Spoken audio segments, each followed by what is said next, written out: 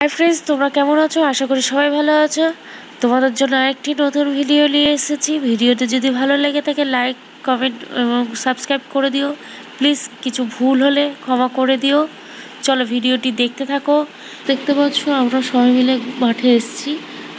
মাঠে এসে আমরা সবাই মিলে শাক তুলবো, কারণ কালকে 14 রকম শাক ও 14 প্রদীপ জ্বালাতে হয়। এর জন্য ছোট থেকে বড় সবাই মিলে আমরা এখানে এসেছি। শাক মাঠে তো বিভিন্ন রকম শাক চাষ করা হয়, তাই ওখান থেকে অল্প অল্প করে আমরা একটা দুটো করে শাক তুলে বাড়িতে 14 রকম শাক তুলে নিয়ে যাব। তাই দেখতে পাচ্ছি দেখো কত রকমের গাছ, পটল গাছ দেখো, পটল ফলে আছে, কি সুন্দর লাগছে দেখতে। আমরা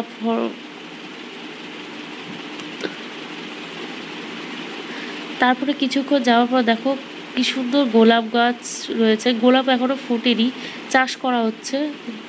তারপরে গোলাপ গাছের পরেই ছিল গাঁদা ফুলের গাছ। দেখো কত সুন্দর গাঁদা ফুল চাষ করা হচ্ছে। আমরা ওখানে 2-3টে তুলতে গেছিলাম, কিন্তু তুলতে পারিনি, কারণ লোক ছিল বলে আমরা দিতে পারিনি।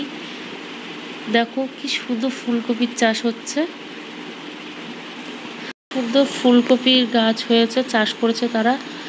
তারপরে শাক তুলছে, শাক তুলে এখান থেকে কিছুটা হলো মাটি নিয়ে যাবে, প্রদীপ করবে বলে মা মাটি মাঠে গিয়ে আমরা একটা সেলফি নিলাম। বন্ধুরা কেমন লাগছে বলো। দেখো আমরা মাঠে গেছিলাম শাক তুলতে, অনেক শাক তুলেছি। আর তারপরে খরগোশদের জন্য কিছু ঘাসও এনেছি, আর এমনিও শাকও তুলেছি। দেখো তোমরা কত শাক তুলেছি আমরা, পুরো এক ব্যাগ। দেখো 14টা শাক।